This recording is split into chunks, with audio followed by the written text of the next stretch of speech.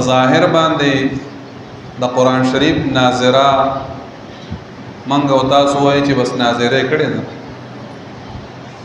دا ناظره دون ورپورټي سیز نه دی ګوري دا ډېر لوی حیثیت لري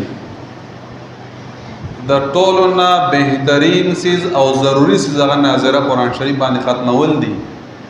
هغه وجه دا ده چې ناظره دا بنیاد دی د انسان د علم او د علوم د پاره چې سړی علم او علوم حاصله او د قرآن شریف ناظره نه ورځي نو دا علم به علم شي علم و علم نشو ناظره ډیر بهترین او ډیر ضروری سیز دی سپک وته قتل نه دی پکار وره مفتی صاحب رحمه الله به فرمایل وی او طالب العلم سره قاعده وا بده درخ کې نیولې وا نو یو غټه درجه طالب العلم ناراوي وته وی په دې ترخ کې د سدي نو د طالب په ذهن کې او په ګمان کې دا خو دې خو د غټو درجو طالب دی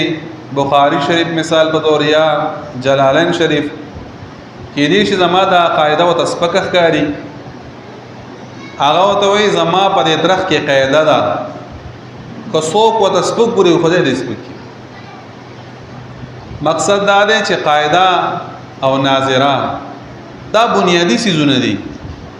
که یو سره بخاری شریف تکینه او بخاری شریف پڑھاوي د اغه نه سیوا ثواب د قاعده والے دی ګوره د اغه نه سیوا ثواب د ناظره خوان دی ګوره ځکه یو حدیث مبارک دی یو قرآن شریف الفاظ دي دا منزل من الله دي دا وحی متلو ده حدیث وحی غیر متلو ده په خپل حیثیت په خپل ځای باندې لوی حیثیت لري خو لیکن د قرآن شریف په شان حیثیت خو نشته د حدیث